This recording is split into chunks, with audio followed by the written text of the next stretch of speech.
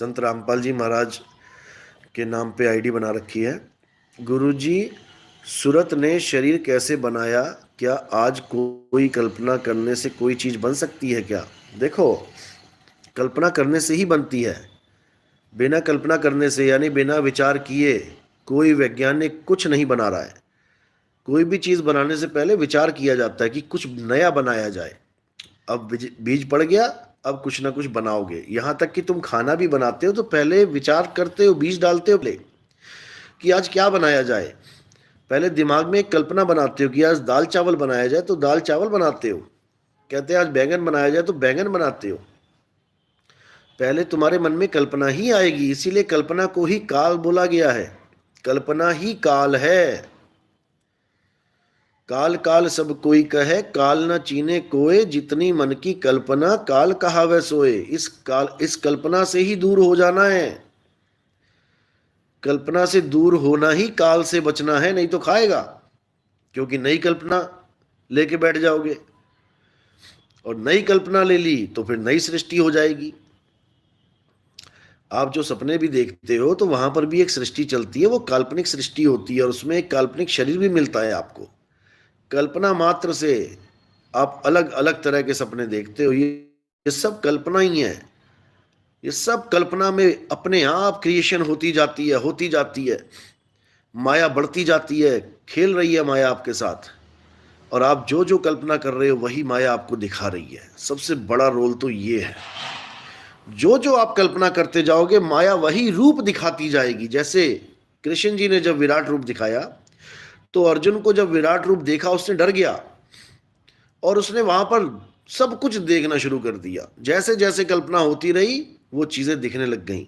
उसके बाद उसने वहां पर फिर एक कल्पना करी कि महाराज ये रूप नहीं, मुझे अपना चतुर्भुज रूप दिखाओ, प्यारा रूप। तो वहां पर कल्पना करी, प्यारा रूप सामने आ गया। तो इसी प्रकार कल्पना ही सृष्टि पैदा करती है। ये आपको अभी समझ में नहीं आएगा। ये जब आप भक्ति करोगे, जब आप उस चीज को प्राप्त करोगे, वहां से आपको समझ में आता है कि कल्पना कैसे होती है।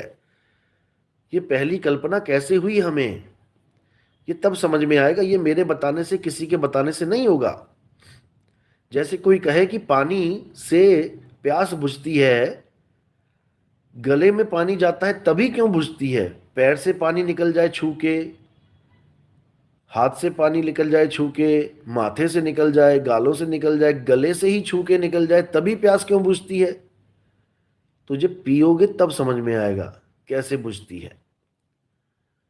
केवल चमड़े पे टच करती ही तो जा रहा है पानी, तो कैसे पूरी प्यास बुझ गई एकदम? तो ये अनुभव का विषय है। पूरे समुद्र में खड़े रहो, पूरे शरीर में पानी लग जाएगा, तब भी प्यास नहीं बुझेगी। गले से टच होता ही आपकी प्यास शांत होगी। तो ये अनुभव का विषय है, ये बताने की चीजें नहीं है। बताने पर भी नहीं समझ पाओगे, क्योंकि जहां से सृष्टि शुरू हुई है वहां तक पहले पहुंचना तो तुम्हें पड़ेगा ना। तुम पहाड़ पे चल रहे थे, तुम पहाड़ से गिर गए। अब तुम गिरे हो अपनी भूल के कारण, यानी वहां से कोई गलती हुई है तभी गिरे हो। अब तुम्हें दोबारा उस गलती को जानना है कि मैं कैसे गिरा। तो भाई तुम्हें पहले पहाड़ पे चढ़ना पड़ेगा। तुम्हें वहीं से उस जगह को देखना पड़ेगा कि मैं यहां से गिरा था लेकिन अब नहीं गिरूंगा। जो गलती मुझसे एक बार हो गई है सृष्टि बनाने की कल्पना के द्वारा, अब नहीं बनाऊंगा। ये तब समझ में आएगा जब कुरुम अवस्था तक पहुंचोगे। पहले कुरुम तक पहुंचो तो सही। सृष्टि का विस्तार कुरुम से हुआ है, उसके बाद ये सारे गुण आए हैं। ये गुण भी आपको कुरुम तक पहुंचने में कारगर सिद्ध होंगे। प्रेम है, संतोष है, सद्भाव है, सब गुण अपनाने हैं। लेकिन जब कुरुम अवस्था तक पहुंचोगे तब तुम्हें समझ में आएगा कि सृष्टि का फैलाव करना और सृष्टि का अंत करना ये क्या होता है, कैसे होगा। ये बातों का खेल नहीं है। ये पंजाबी में कहते हैं गल्लां दा कड़ा नहीं है। ये पहले कुर्म अवस्था तक पहुंचो, तब समझ में आएगा कि ये कैसे चलता है खेल, कैसे हम इन 6 देहों को प्रकट करते हैं। सीधे स्थूल की कल्पना नहीं कर लेता कोई कि स्थूल की कल्पना कर ली किसी ने। कल्पना सूक्ष्म होती है, सूक्ष्म से स्थूल में आया जाता है। और जब स्थूल से तुम शरीर छोड़ के जाओगे तो ये शरीर तो यहां पड़ा रह गया, फिर मां के गर्भ में कैसे जाओ?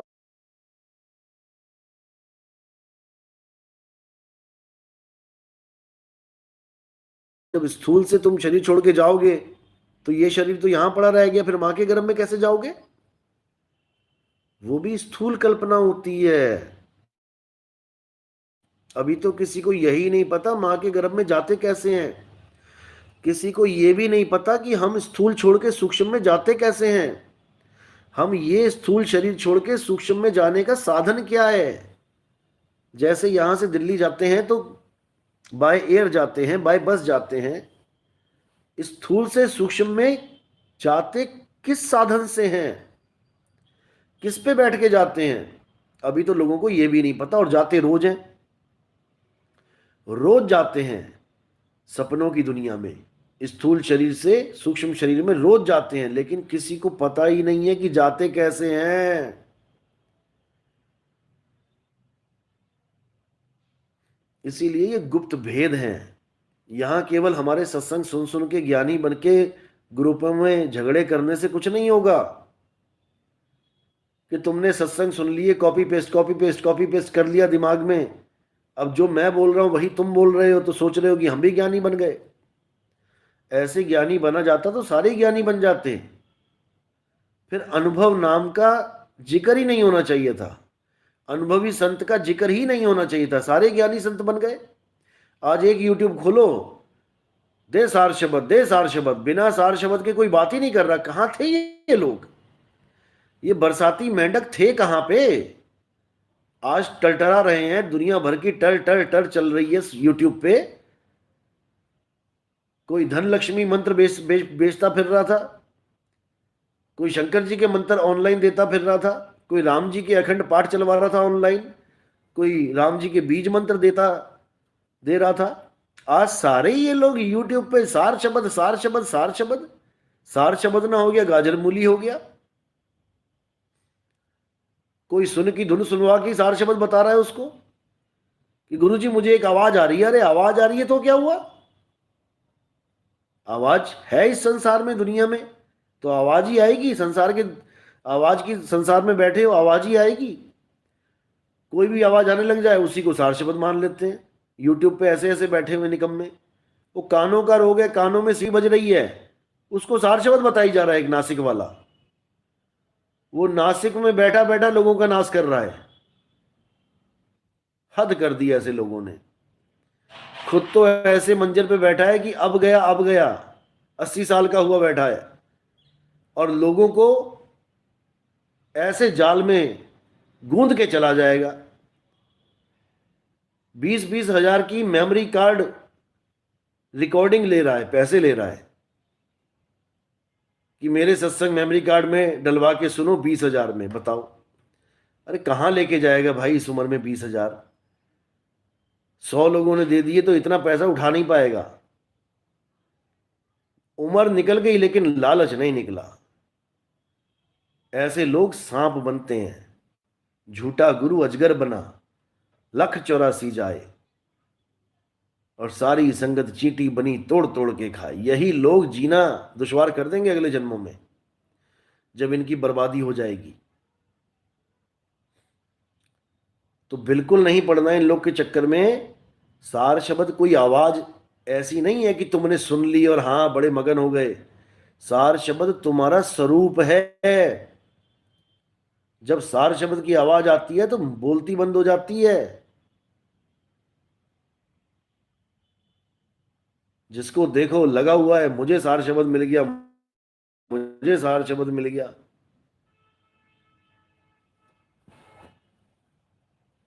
बाकी तो छोड़ो। कुछ तो इतने होशियार हैं, इतने सियाणे हैं कि गुरु बन के बैठ गए हैं, नाम दीक्षा देने लग गए हैं बिना यानी परमिशन। गुजरात का हाल है ये। और अपनी बीड़ी नहीं छूट रही है, बीड़ी पी के सत्संग कर रहे हैं, धुआं ही धुआं। और कोई पूछ रहा है कि भैया बीड़ी क्यों पी रहे हो, सार शब्द प्रकट है, तो कह रहा है कि मैं थोड़ी नहीं पी रहा हूं, मेरा शरीर पी रहा है। बताओ, कल को दारू भी पीने लग जाएगा, सत्संग करते करते पैग लगाने लग जाएगा। कोई पूछेगा महाराज दारू क्यों पी रहे हो, मैं थोड़ी नहीं पी रहा हूं, मेरा शरीर पी रहा है। फिर चिकन भी खाने लग जाएगा, मटन भी खाने लग जाएगा। अरे अकल कर लो थोड़ी बेशर्मो, उम्र गुजर गई तुम्हारी, ये बूढ़ों का हाल बता रहा हूं मैं। कब्र में टांगे हैं, पता नहीं कब जजमेंट डे आ जाए तुम्हारा, और तुम लोगों को फंसा के चले जाओ यहां पे।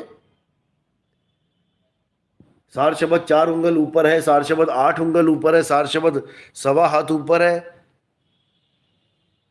बस अटका के चले जाओ। और चाहे खुद भी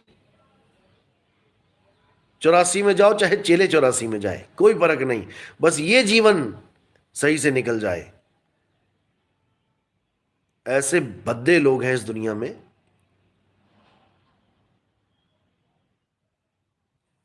सामने वाले जीव की बेकदरी कर रखी है, हालत खराब कर रखी है जीवों की इन लोगों ने।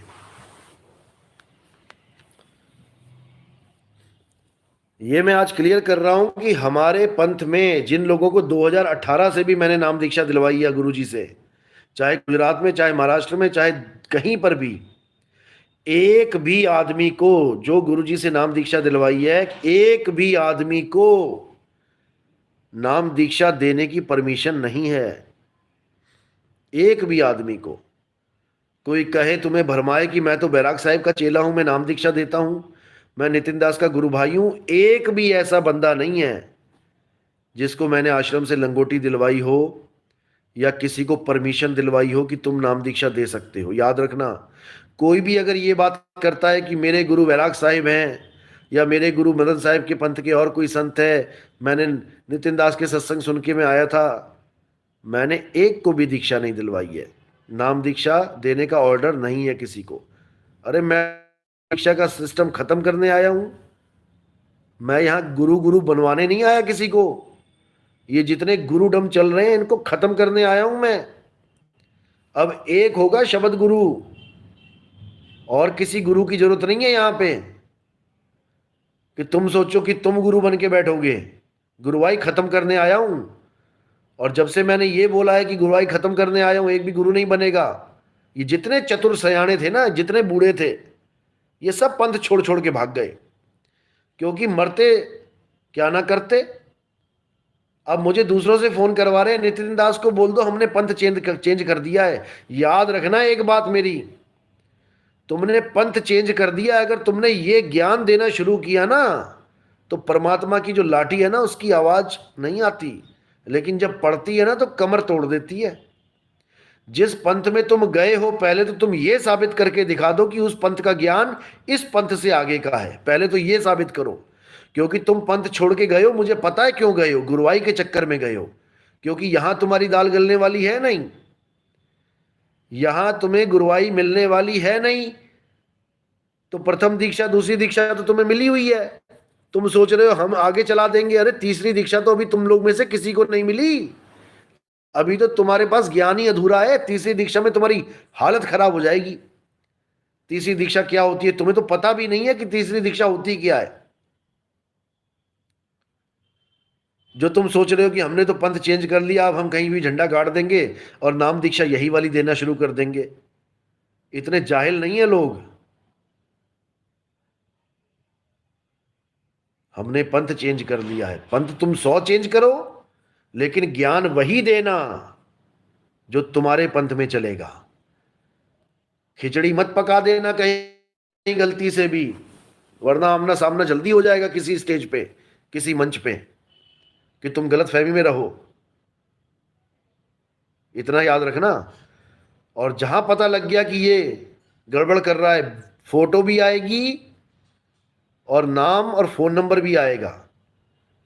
जनता जवाब मांगेगी तुमसे कि कहां से ये ज्ञान मिला है। पंथ चेंज किया तो इस पंथ में तो ये ज्ञान है ही नहीं जो तुम दे रहे हो। नी अक्षर का ज्ञान किसी पंथ में नहीं है, याद रखना। निज स्वरूप का ज्ञान किसी पंथ में नहीं है। पूरे गुजरात में सारे मंत्रों में उलझे पड़े हैं, जंत्रों में उलझे पड़े हैं, सारे अजपा जाप में उलझे पड़े हैं, एक भी पंथ नहीं है ऐसा। अरे सारे पंथ तो हमारे पंथ में आने को ललायत हो रहे हैं। जिस पंथ में तुम जा रहे हो उस पंथ के कितने शिष्य हमारे पास आ गए, 20-20 30-30 साल पुराने।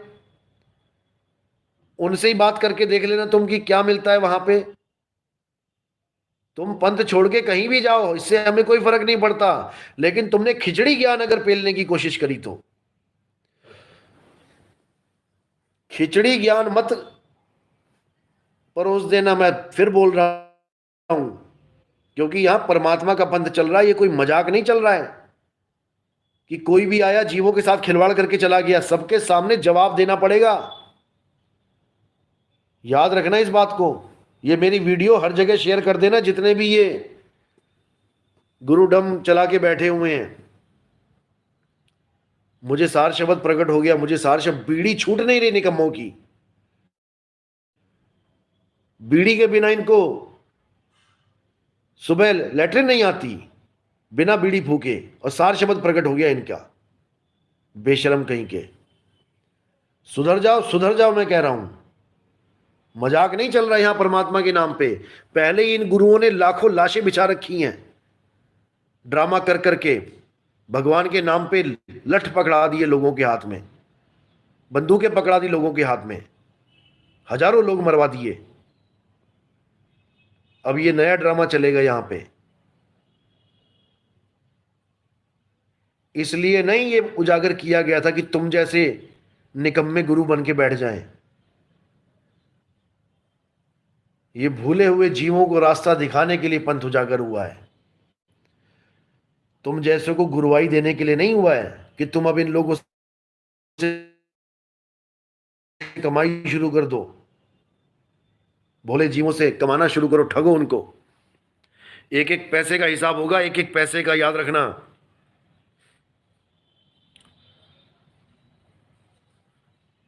तो जो भी अगर कोई ऐसी बात करता है कि मैं वैराग साहब का शिष्य हूं, मैं नाम दीक्षा देने का अधिकारी हूं, मेरे नंबर पे मैसेज करो 9256111007 और उसकी वीडियो बना के भेजो। उस बंदे की वीडियो बना के भेजो, वो कहां पे क्या दे रहा है, क्या नाम दीक्षा दे रहा है, उसका एड्रेस भेजो। हम भेजते हैं वहां पे उसी पंथ के आदमियों को जो उस पंथ को छोड़ के हमारे पास आए हैं। वो सवाल जवाब करेंगे वहां पे कि तू इस पंथ को छोड़ के उसमें क्यों गया, ऐसा क्या अलग मिला तुझे वहां पे। ये गुरुवाई का कीड़ा जो दिमाग में घुसा के बैठे हो ना, ये निकाल दो, मैं बता रहा हूं तुम्हें। एक गुरु रहेगा, शब्द गुरु। उस शब्द गुरु की ही स्थापना की जा रही है, उस पंथ की स्थापना की जा रही है। तुम बीच में अड़ंगा डालोगे तो तुम्हारा सीधे परमात्मा से वास्ता पड़ेगा, याद रखना। दया की भीख तक नहीं मांग पाओगे परमात्मा से, क्योंकि उसी के कार्य में बाधा डालते हो। यहां तुम्हारी जरूरत नहीं है प्रचार के लिए, हमारा प्रचार बहुत बढ़िया हो रहा है कि तुम्हारे सत्संग की जरूरत है किसी को। इसीलिए मैंने 2023 बोला था कि उससे पहले पहले ये जितने भी आस्तीन के सांप छुपे हुए हैं ये सब बाहर निकल आएंगे, ये सब बाहर आ जाएंगे, और सबका नाम उजागर हो गया है। सबके बारे में इंफॉर्मेशन है, कौन कहां पे गुरुवाई चालू कर दिया है, कौन कहां पे बैठ गया है। सुधर जाओ सुधर जाओ। गुरुवाई किसी की नहीं रहेगी, गुरुवाई केवल परमात्मा की रहेगी। जब आएगा बीसम बीसा, ना रहेगा ईसा ना रहेगा मूसा, तो तुम्हारी क्या औकात है निकम्मो। जब ईसा मूसा को नहीं बख्शा जा रहा है तो तुम्हारी क्या औकात है। ना रहेगा ईसा ना रहेगा मूसा, राज करेगा जगदीसा। वो अल्लाह वाहिगुरु गॉड राम, उसका राज आएगा अब। ना कि तुम्हारा राज आएगा कि तुम स्टेज बना के बैठ गए, तुम सत्संग करने लग गए, नाम दीक्षा देने लग गए बिना किसी परमिशन के।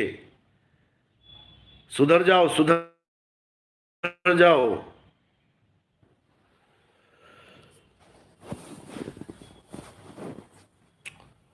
तो बिल्कुल होशियार रहना है। और जो भी भगत इनके चक्कर में फंस गए हैं, 2 4 5 लोग, उनको मेरी ये वीडियो शेयर कर दो।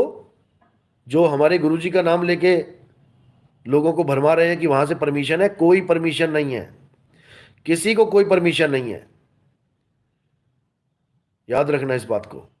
और जो भी ऐसे गुरुओं की शरण में जाएगा, पहली बात तो उनको पूर्ण दीक्षा ही नहीं हुई है, तीसरी दीक्षा के नाम पे जीरो है वो लोग, तीसरी दीक्षा के नाम पे जीरो हैं। मुझे तारा दिखाई देता है, मुझे मोती दिखाई देता है। तारे मोती इकट्ठे करने आए हो गए यहां पे? जब तक कुछ दिखाई दे रहा है, दृष्टा हो। हद कर दी इन लोगों ने। तो फिर समझ लो एक बार,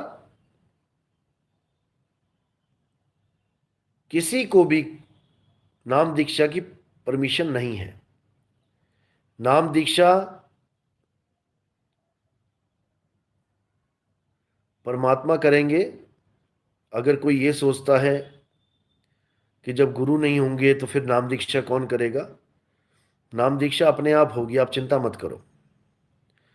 जितना काम गुरु का है वो मैं करके जाऊंगा, और जितना काम परमात्मा का है वो स्वयं करेंगे। आपको बिल्कुल चिंता करने की जरूरत नहीं है। पूरा इंतजाम सोच के आए हैं आपका, कैसे क्या करना है।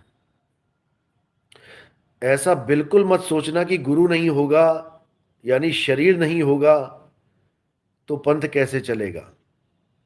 बिल्कुल मत सोचना। 10वीं पातशाही के बाद कोई गुरु नहीं बैठा, किसी को गुरु गद्दी दी नहीं, तो क्या उनका पंथ खत्म हो गया? नहीं हुआ, बिल्कुल नहीं हुआ। उन्होंने गुरु ग्रंथ साहब को अगला गुरु घोषित कर दिया। बिना देही गुरु के पंथ चला कि नहीं चला? बिल्कुल चला, अभी तक चल रहा है और आगे भी चलता रहेगा। इसी प्रकार मैं भी एक इंतजाम करके जाऊंगा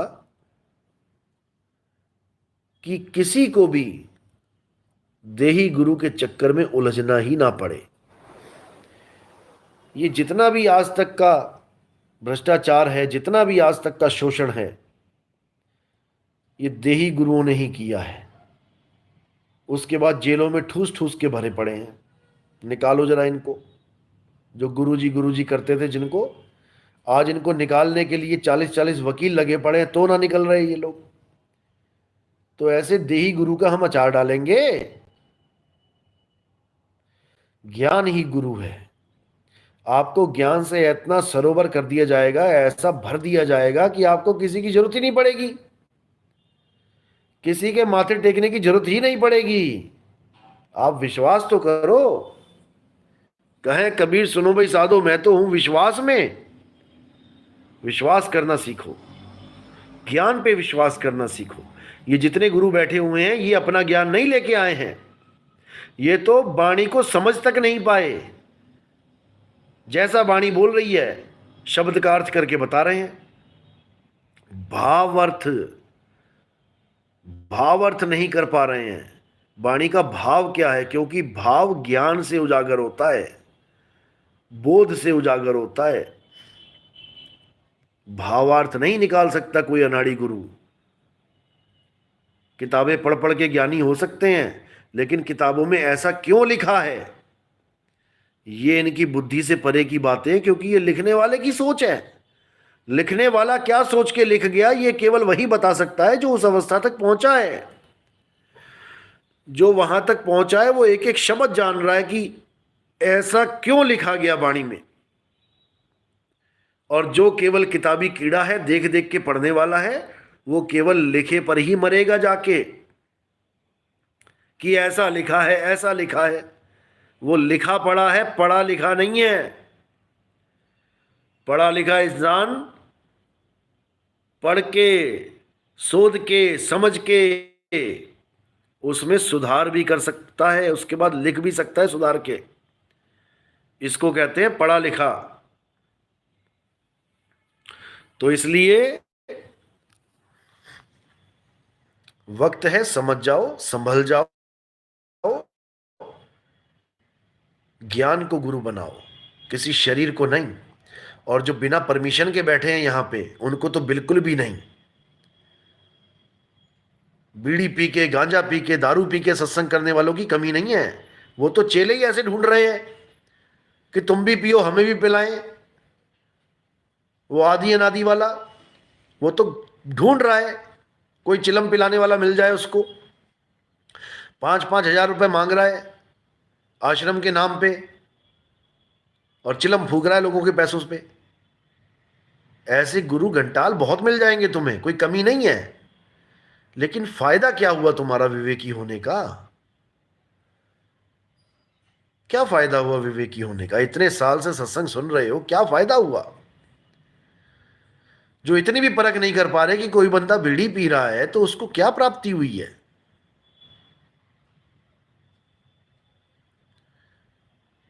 हद कर दी इन लोगों ने। तो चलो आज का सत्संग यहीं, शंका समाधान यहीं समाप्त करते हैं। और अब कल मिलेंगे दिल्ली में, और परसों गाजियाबाद में प्रोग्राम है। उसके बाद मुरादाबाद वाले, बरेली वाले, पीलीभीत वाले, ये सब तैयार रहें।